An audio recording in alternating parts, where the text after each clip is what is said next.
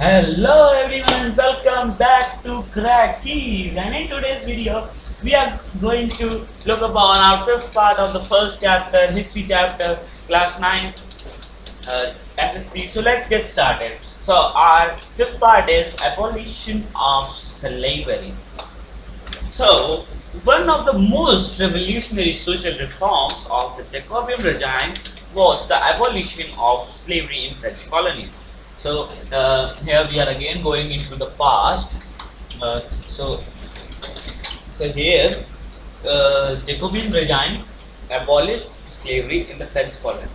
So let's see what this slavery was. So the colonies in Caribbean, Martinique, Guadeloupe, and Saint Domingo were important suppliers of commodities such as tobacco, indigo, sugar, and coffee. But the reluctance of Europeans to go and work in distant and unfamiliar lands meant a shortage of labor. So now they were having some French colonies in another parts of world, and from there they supplied them France the tobacco, indigo, sugar, and coffees. So, but the Europeans don't want to go there and work in the plantations. So this meant with a shortage of labor in the plantations, and so this was met by triangular slave trade between Europe, Africa, and the America.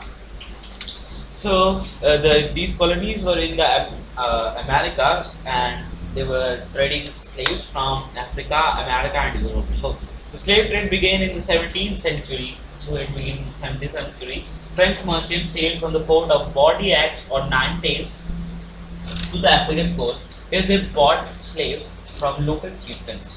So there were some people, some big traders sailed to from the ports of Bordeaux on Nantes to African coast, where they bought slaves from the local chieftains. So chieftains can also be the dons over there. So from their don, they bought them, and they were packed tightly into the ship for 3 month long voyage across the Atlantic to the Caribbean Sea. Just like the goods, they were packed like the goods and sent to this America to work in their plantations. So they were sold to plantation owners. So they were sold to plantation owners. So they were selling humans and doing different kinds of things. So the exploitation of slave labor made it possible to meet the growing demand in European market for sugar, coffee, and indigo. Port cities like Bordeaux and Nantes owed their economic prosperity to the flourishing slave trade. So they were having a lot of slave trading, and they were making this African exploit, and the slaves they make slaves trade, and they buy the slaves and send it to these places in America. So throughout the 18th century, there was a little criticism of slavery in France. The National Assembly had long debates about whether the rights of men should be extended to all French subjects, including those in the colonies, but it did not pass any law. So they didn't pass any law fearing opposition from businessmen whose income depended on the slave trade. So they thought there will be opposition from the businessmen whose incomes are dependent on the slave trade. So it was finally convention which in 1794 legislated to free all slaves. So in finally 1794 they ordered to free all the slaves which they were having in the French overseas possession. This however turned out to be a short-term measure. 10 years later, Napoleon reintroduced slavery. Plantation owners understood their freedom as including the right to enslave African Negroes. These people are still living in America, and we call them as Negroes. So at that time they were called as African Negroes.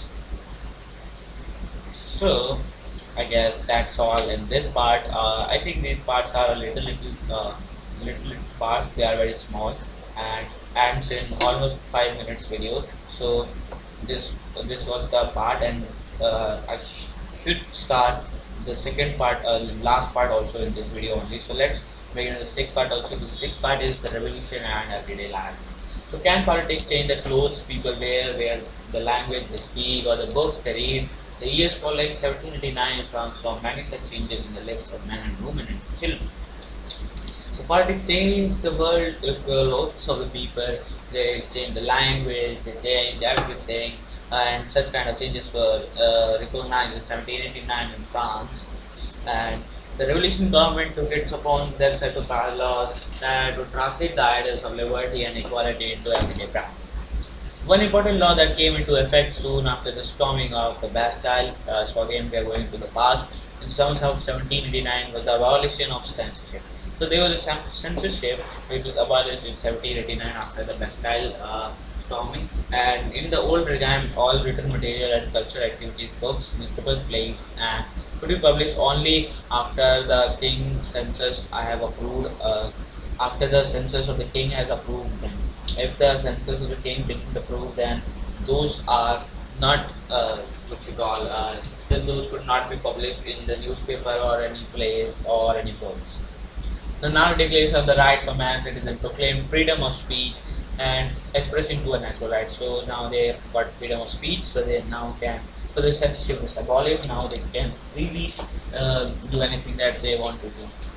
So the newspaper pamphlets, books and printed pictures flooded the trams of France from where they traveled rapidly into the countryside. They all described and discussed things. So now they, if they got the freedom of speech, they can print anything in that. So the newspaper pamphlets are printing in a flooding way, and it was flooding the towns of France, and everywhere they were describing and discussing the problems and events that are taking place in the France.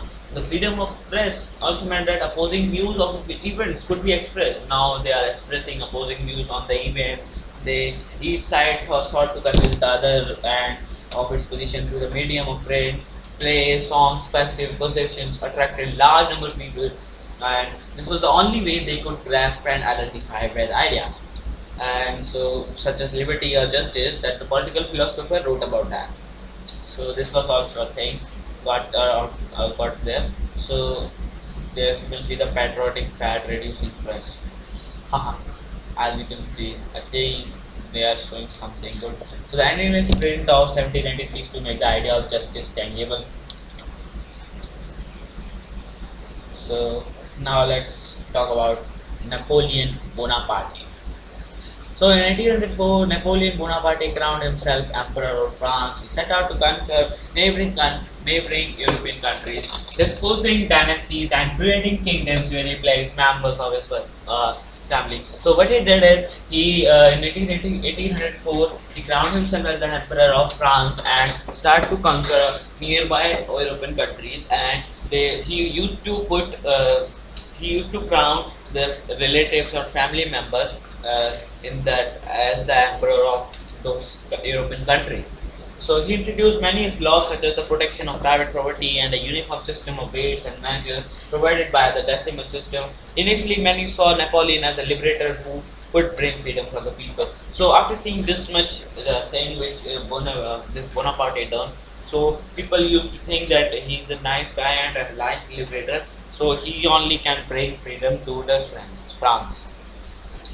So they were very happy with it, but soon the Napoleon armies came to be viewed everywhere as an invading force. He was finally defeated at Waterloo in 1815. Many of his measures that carried the revolutionary ideas of liberty and modern laws were a part of Europe had an impact on people long after Napoleon had left. The ideas of liberty and democratic rights were the most important legacy of the French Revolution. So basically, this was the most important legacy of the French Revolution, and this spread from the France to the rest of the Europe during the 19th century, where feudal systems were abolished. Colonized people reworked the idea of freedom from bondage to their movements. And Tipu Sultan and Ram Mohan Roy are two examples of individuals who responded to these ideas coming from revolutionary France. So now India also got to know about these things, so they all started doing these kind of things.